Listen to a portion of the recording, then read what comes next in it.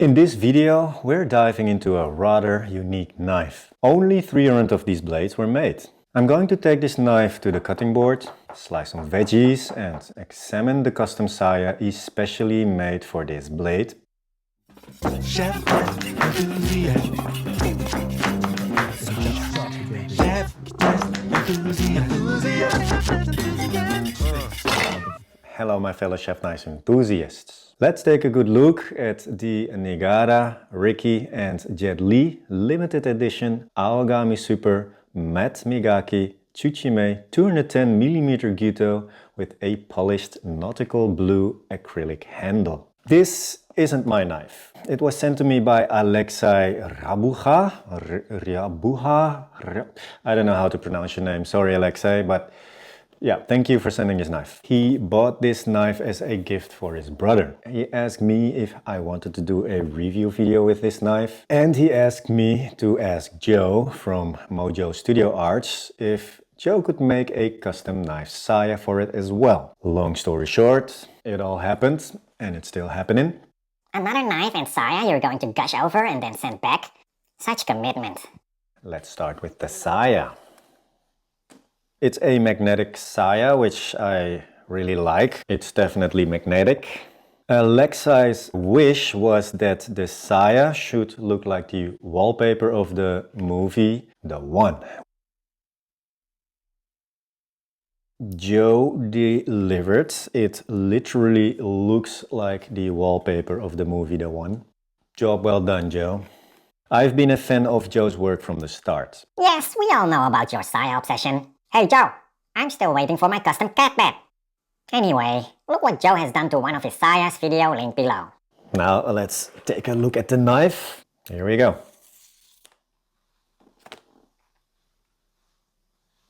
That's the one. That's a nice profile. Nice and quite tall at the heel. It doesn't really have a flat spot at the heel. It immediately starts gently curving towards the tip. And that's why I believe this is best used in a Western cutting style technique, meaning the rocking style technique. You can definitely both rock and push cut or pull cut like I usually do, but considering the style of handle and the profile, it is definitely aiming for the Western cook and chef, and it is catering to their style of technique and use of their knife. This knife features a curved, tapered blade and paired with a unique nautical blue acrylic handle. Actually, for a not loving yo handle guy, I must say this is actually pretty.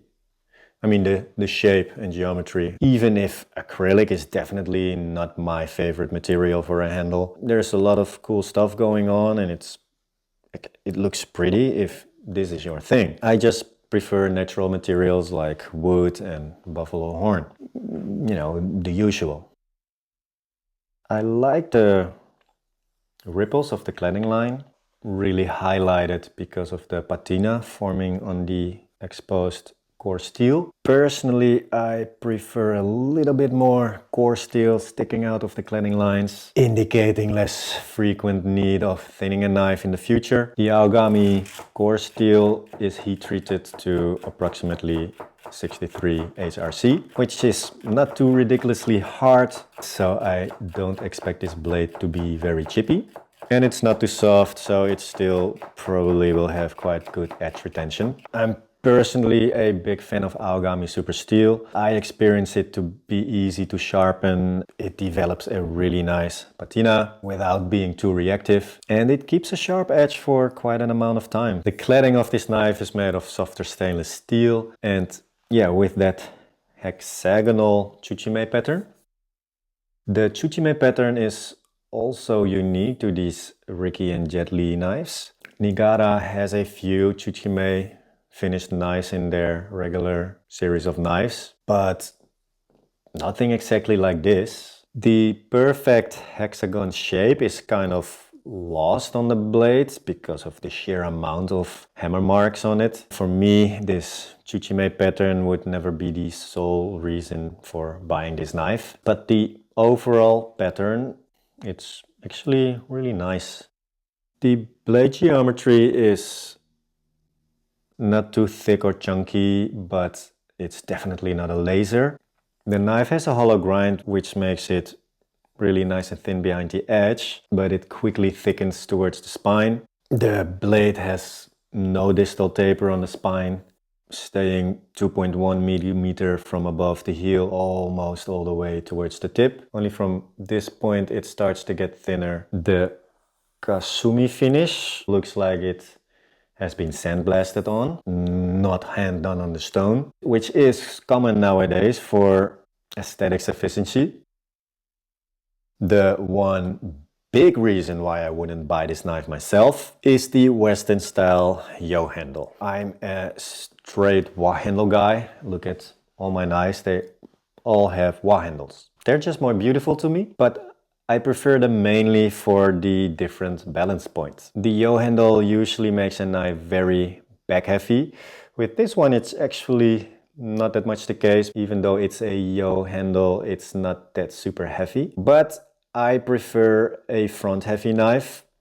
Everything must be balanced. Blah, blah, blah. With a balance point more in this direction, where you actually hold the knife in the pinch grip, which is usually the case with Japanese wah handles. But if you like yo handles and back heavy knives, I think this one will make you very happy.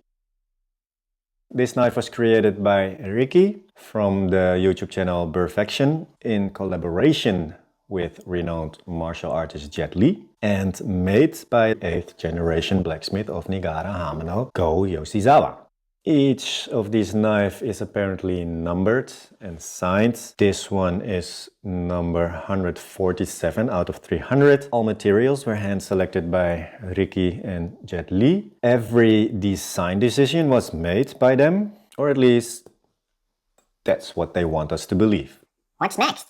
A knife by Ricky, Bruce Lee, and the armorer from The Mandalorian? I'm guilty of being a Nigara fanboy. Is this my favorite Nigara knife? No. I have done quite a few videos with a lot of crazy and exclusive Nigara knives, and I own a few Nigara knives myself that I would never trade for this one. But that doesn't mean this knife is crap. This knife actually performed pretty well on the cutting board. It did not have a very scary, sharp and toothy edge from out of the box. But that is something I could fix myself on the stones, probably most of you as well. All that being said, if you're a fan of Ricky, Jet Li and Go Yoshizawa, I can see why you buy one of this blade and just be happy with it. But for me, personally, I would spend my $450-ish on another knife without the Ricky and Jet branding and without the flashy acrylic yo handle.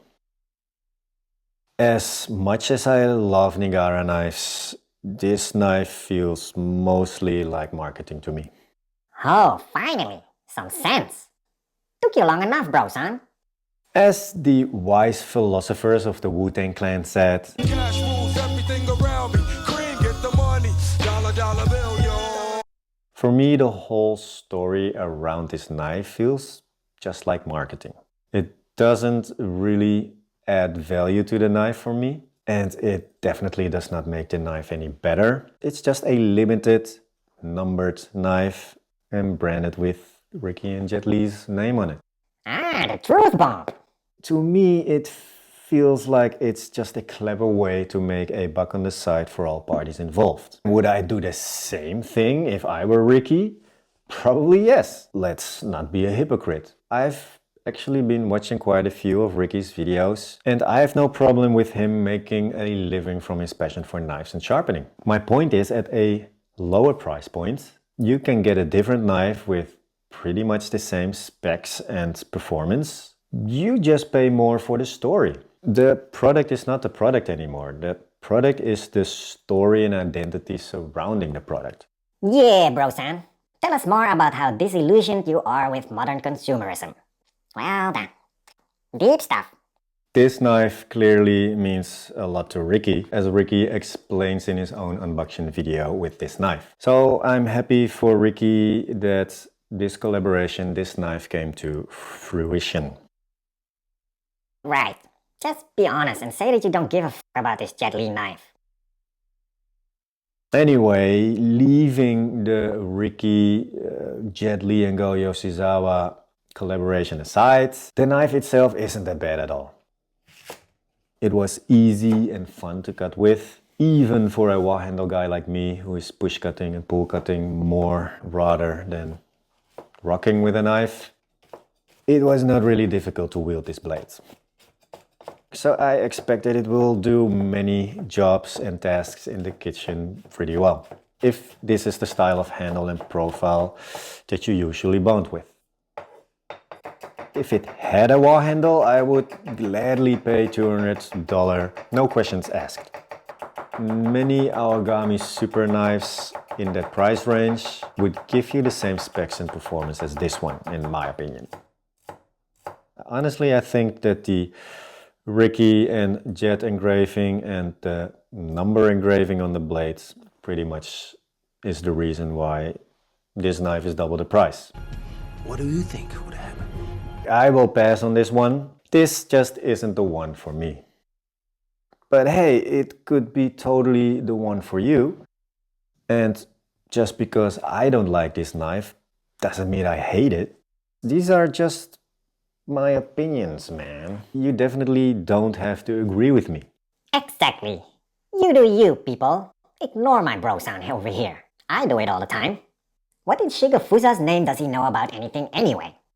So, if you wanted a cool Japanese knife and you bought one of this because it spoke to you, I am happy for you. Just enjoy your knife and your life. As usual, thanks for tuning in. Share your thoughts and questions in the comment section down below. I hope to see you in the next video. Bye, folks. Chef